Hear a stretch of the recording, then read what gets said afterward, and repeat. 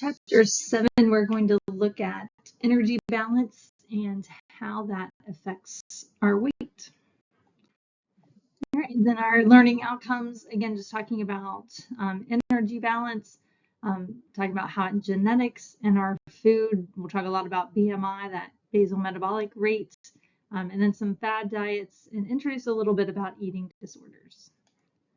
Section 7.1 is focusing here on energy balance and some of the information about that. So first of all, our diet patterns, a little stats, not that these would be test questions, but just kind of introducing the concepts.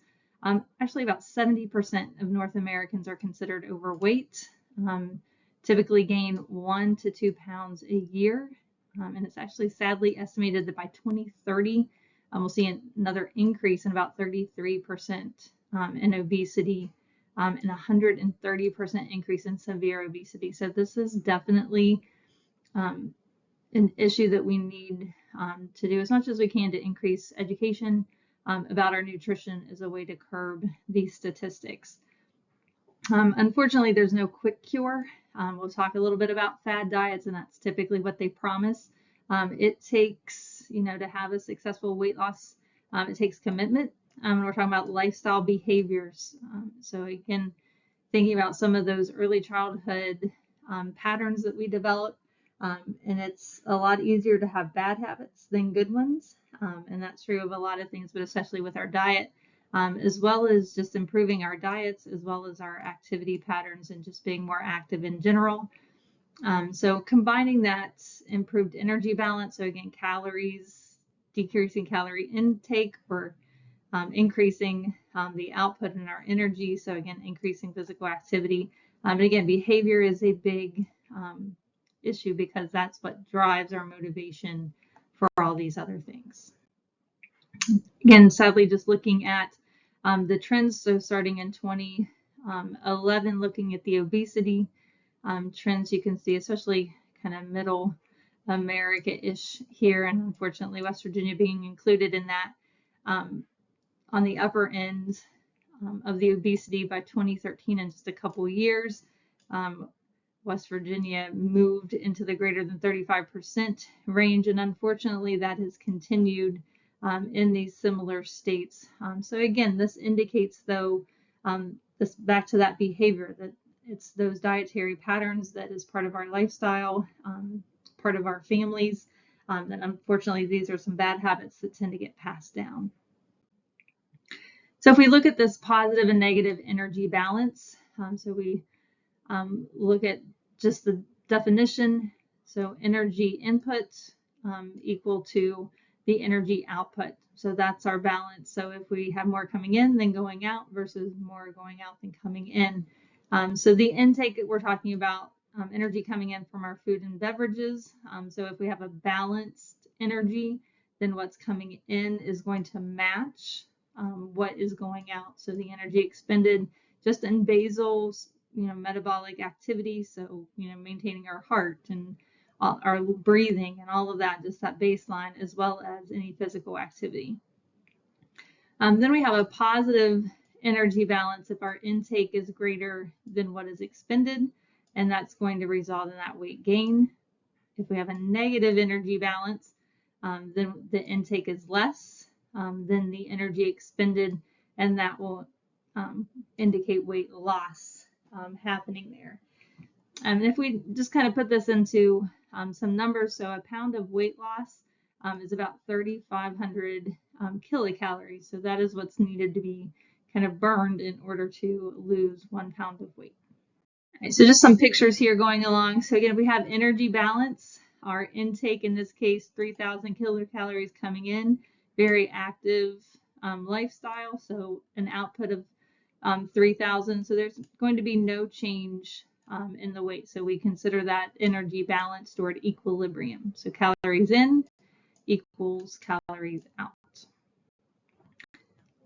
Then we'll have a positive energy balance. So if this individual is eating 4,000 or taking in 4,000 kilocalories, has a sedentary lifestyle, only consuming or only releasing or expending 2,000, then that leaves an extra 2,000 So there's going to be an increase in weight. And again, we're talking about sustained, not just one day, but sustained, where over time there's more intake than output. So that would indicate that there are more calories coming in than going out, giving us a positive balance and an increase in weight gain. Then our negative balance, again, in this case, 2,000 kilocalories coming in. Again, active lifestyle, so 3,000 being expended. So that's going to lead to some weight loss, so a decrease in weight because calories in is less than calories out. So we talk about our intake to begin with. So this is what we're talking about coming in with our diet. So the number of calories consumed in a day, that's our energy intake. So the availability of inexpensive, but unfortunately very processed, but tasty food that we see in our vending machines at social gatherings. So, family dinners or parties or things like that, fast food restaurants, and just supersized portions. That's all leading kind of to this disaster that we have with weight loss and obesity, is that all of these processed foods that taste really good are so available, relatively inexpensive. So again, the average adult is about 10 pounds heavier than we were 10 years ago. Now the energy output, this is referred to as thermo, so heat, and then genesis, which is creating heat, so the starting of heat. So the body burns calories to produce heat. So that's referred to as thermogenesis. That's what helps regulate our body temperature. So it uses kind of this energy for three main things. So just basal metabolism, again, our heart pumping, blood pressure, breathing, brain activity, just the basic things to keep us going. And then, of course, for physical activity as we move about. But then in addition, so digestion, absorption, and processing nutrients. So again, thinking about like active transport and breaking down molecules, those require energy. So just our basal kind of metabolic rates, our activity, and then digestion. And then we also have a small amount for this adaptive thermogenesis, and that's the production of heat in response to changes. So again, adapting means changing to meet different circumstances. So this would be heat due to changes in those dietary patterns or the temperature outside. So again, if it's really hot and we're trying to cool down the body, we're releasing heat that way. Or if it's really cold outside and we're shivering, to generate heat to keep our body warm. So if we look here at the contributions of our energy output, so again, basal metabolic rate, that's just kind of the resting energy that we're expending. It's about 60 to 80% of our total energy expenditure, which is T. So again, most of what our energy is used for is just those normal, constant energy demands. Again, our heart pumping, breathing, those type of things. Things that can increase that basal metabolic rate. So illness or injury, some different medical conditions, issues with our thyroid, greater body mass or body surface area. So for example, being really tall, having an increased body temperature, lactation. So for pregnant women who are breastfeeding, or women who have just had a baby that are breastfeeding. Having a lean body mass increases our basal metabolic rate while we're growing. After exercise, so we actually burn more calories after an exercise, typically, as we are replenishing the stores that we've depleted, and of course different drugs like caffeine or stimulants, and stress. So all of these are increasing that basal metabolic rate that help us expend more energy. Now, things that decrease it, though, are things like aging. So as we get older, just things slow down. Insufficient thyroid, so thinking about that endocrine system. Being shorter, so less body surface area. And then having low calorie or starvation kind of diets. Then physical activity makes up about 15 to 30% of our total energy expenditure. So again, these ranges are based on how active we are. And then the thermic effect is about 8 to 15. So again, just using energy to generate heat to maintain our body temperature. So this basal metabolic rate that I mentioned a few times, so this is the minimal amount of calories that is used every day. So again, it supports the fasting state, so not while we're eating, just when we're at rest, again, just kind of chilling. This is the energy that we're expending. Again, as our picture just showed, this is the majority of our energy needs, about 60 to 80%. So again, heartbeat, respiration, and just other organ activity. And this definitely varies between individuals. So, you'll hear people say, oh, they have a high metabolism or a low metabolism. That's what it's referring to. So they have a high basal metabolic rate. They are burning more energy than others are that we would say have a lower metabolism. And then that resting metabolism, or RMR, this is slightly higher than the basal metabolic rate when the person is not fasting, so like while we're eating. So just a little calculation here about how to calculate the basal metabolic rate. So if we have a 130-pound woman, we need to convert this to kilograms. So there's about 2.2 pounds per kilogram. So 130-pound woman is 59 kilograms. A rough estimate of the basal metabolic rate, so we're going to say 0.9 kilocalories per kilogram per hour, which is kind of the average. So then to calculate her basal metabolic rate, we use the hourly BMR. And so we take that 59 kilocalories, that's the weight of the woman. We take the 0.9 that we're using for the average basal metabolic rate, and we see that they're burning about 53 kilocalories per hour. So then if we multiply that by 24 hours in a day, within a day, this individual will be burning 1,272 kilocalories. So that would be their basal metabolic rate. So somebody at a different weight would have a different basal metabolic rate.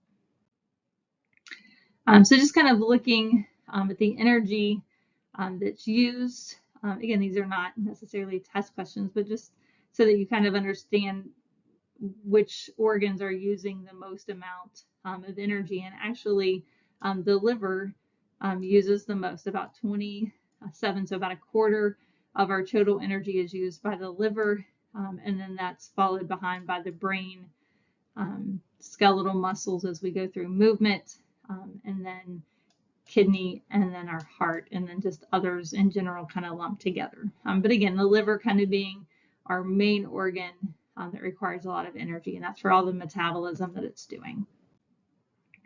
Now if we look at lean body mass, so this is actually the most significant contributor to the basal metabolic rate. So this lean body mass, again, it varies greatly between individuals, and the persons of the same body weight can actually have different lean body masses. So, two people that weigh 130 pounds, like we see here on the left, they both weigh 130 pounds, but the woman on the right has 20% body fat and 104 pounds of lean body mass, compared to the one on the right that has 91 pounds of lean body mass and 30% body fat. So again, even though they have the same overall weight, they have a different lean body mass. So then our physical activity. So we have exercise-induced thermogenesis, or EAT. This is the energy burned during intentional exercise. So of course, exercise increases that expenditure anywhere between 15 to 30%, depending on whether we're walking or running, or how high intensity that exercise is. So again, more activity equals more energy being burned. And the lack of activity is actually one of the major causes of obesity. So sedentary lifestyles, where again, individuals are not active, they're not exercising. And even an individual could exercise for 30 minutes and then sit at the desk pretty much all day, come home and watch TV all night. Even though they're getting some activity, again, that is not a very active lifestyle. But in addition to that, there's also NEAT, or non-exercise activity thermogenesis. The three main parts of this would be our body posture. So setting upright requires more energy than kind of hunched over. Ambulation, so just again how much we're kind of moving around. And then just some spontaneous movements like fidgeting. So people that kind of fidget or shake their legs or kind of bounce their knee. Again, they're generating more thermogenesis than someone that's sitting completely still.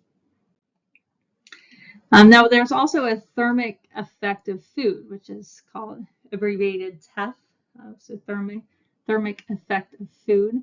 This is the energy that's used to digest our food, so digesting, absorbing, and metabolizing. Remember, the liver uses the most amount of energy, and that's mainly due to its need to metabolize our food. So this is referred to as diet-induced thermogenesis. So again, the food that we're taking in, which is approximately 5 to 10% of our total calories that's consumed. So just putting kind of this in perspective, so if calorie intake is about 3,000, then that thermic effect of food would be anywhere between 150 to 300 kilocalories. So just digesting that food in itself requires some energy and increases our energy expenditure. So this is actually highest for proteins. Remember, proteins have that amino group, so that has to be removed and processed.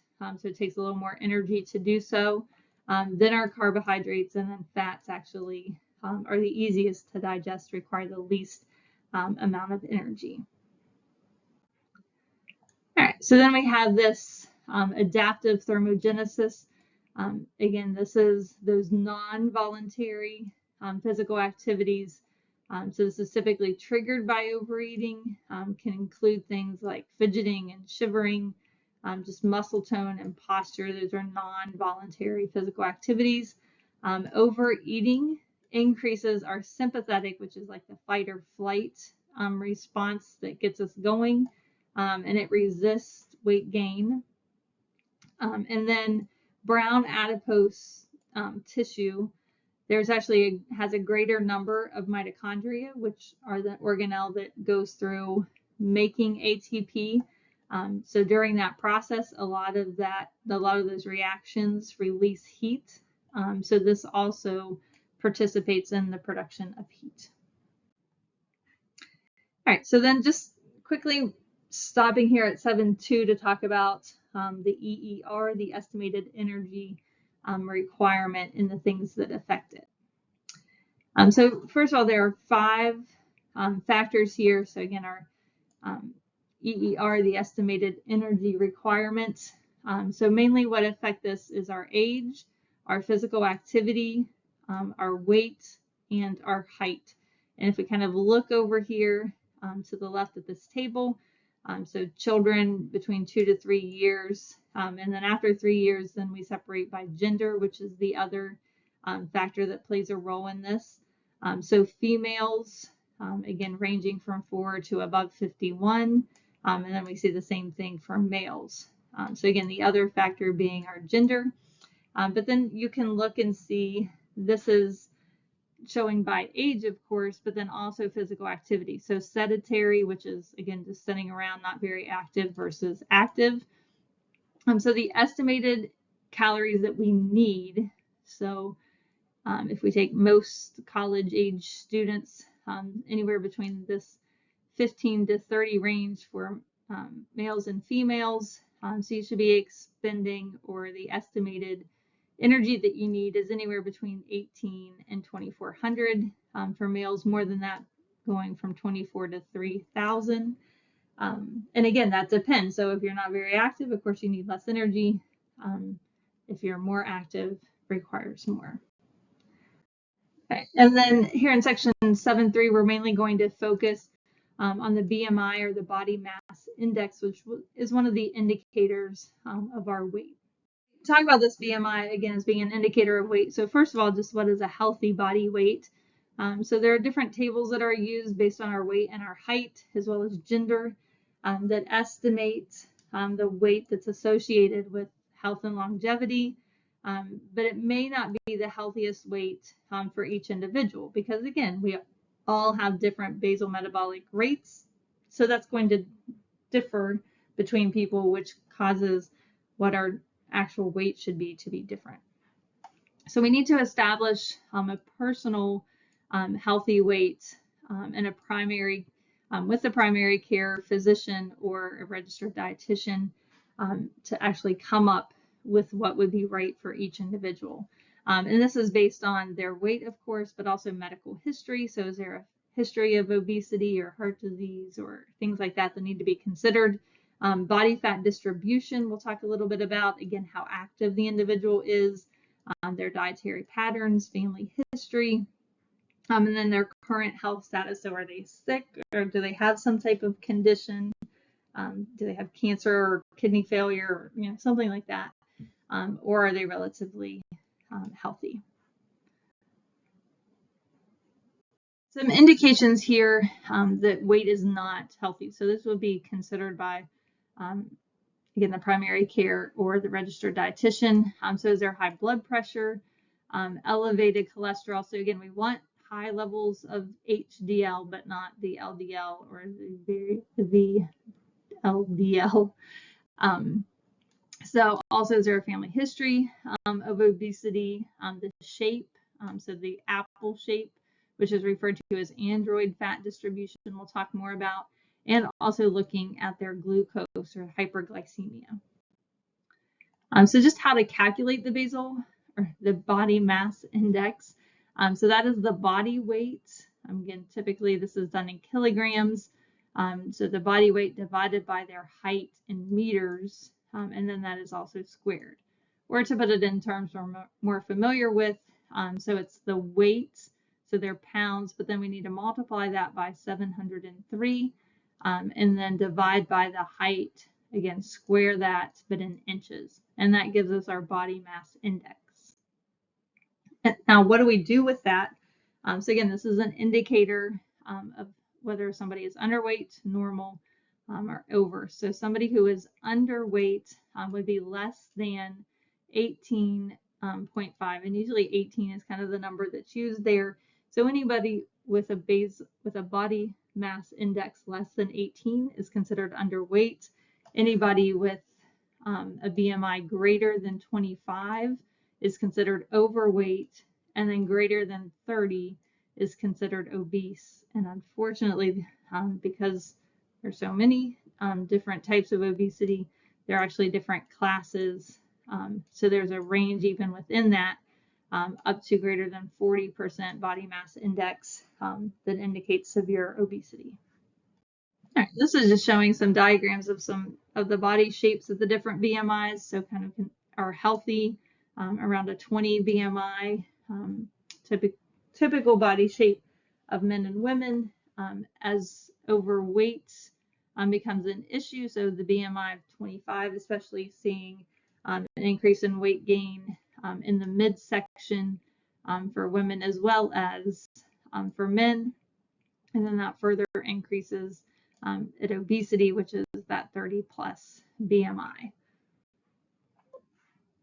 All right, and then there are tables like these that look at the height and weight and then indicate whether somebody is within that healthy weight, overweight, or obesity, or even underweight. So again, if somebody is 6 foot tall and they weigh about 160, then they have a BMI of 22, which is in that healthy range. So anywhere between 19 and 24 is considered a healthy weight. But if that individual who is 6 foot is 210 pounds, now they're in the overweight category. And then if they would increase up to 250, then they would be obese. So essentially kind of the upper 200s, no matter how tall you are, even up to 6'6" or 6'8", which is highly uncommon. Again, those upper 200s is where we start to definitely see that obesity and overweight being an issue. Right, there are multiple diseases that are associated with an increase or excess body fat, highlighted and bolded. So heart disease, hypertension or high blood pressure, various cancers, increased risk of diabetes. But then there are others, and so the larger the font, the more likely they are to occur in those who have excess body fat. So also arthritis, insulin resistance, psychosocial issues, liver damage, even infertility, gallstones or dementia. So again, excess body fat contributes more than to just our body mass index. It indicates, puts us at risk for having multiple other conditions. All right, so then how do we estimate this body composition? So typically to diagnose obesity, instead of just using weight, experts are going to use the percent of body fat instead. So if we look at acceptable amounts of body fat for women, anywhere between about a quarter, so 23 to 30% body fat is acceptable. Men is actually less than that, 13 to 21. And then obesity is indicated in women who have more than 35% body fat and men that have more than 25%. Also different types of fat distribution. So not only the percent of fat, but where is it stored? So it's stored primarily in the upper, when it's in the upper body, it's referred to as android, which brings a higher risk of obesity-related diseases than the gynoid, which is in the lower body part. So kind of this pear shape that we see where it's more in the lower body in the hip kind of region, that would be gynoid. Where it's more in the midsection here, that is the android or the apple. So we have an apple shape and a pear shape. So the apple is actually more at risk for those obesity-related diseases than the pear shape. All right, so just kind of looking at these again. So upper body, android, again, that apple shape. This is where it's concentrated in the midsection. So the abdomen's and then we have visceral and central obesity. Again, this is more related to diseases, so an increased insulin resistance, a fatty liver. So this leads especially to type 1 or type 2 diabetes, also though to cancer and heart disease. Now that abdominal fat, so that's stored around the midsection, is released to the liver and it promotes inflammation. It also encourages testosterone and excessive alcohol intake. So again, where the body fat is, not only the amount of it, but how it's distributed also plays a role in our overall health. So then looking or kind of defining which shape we have is based on the waist circumference. So again, having this android obesity or this apple shape is based on men having a greater than 40-inch waist and women having a greater than 35-inch waist. So then just measuring that waist circumference that determines our body fat distribution.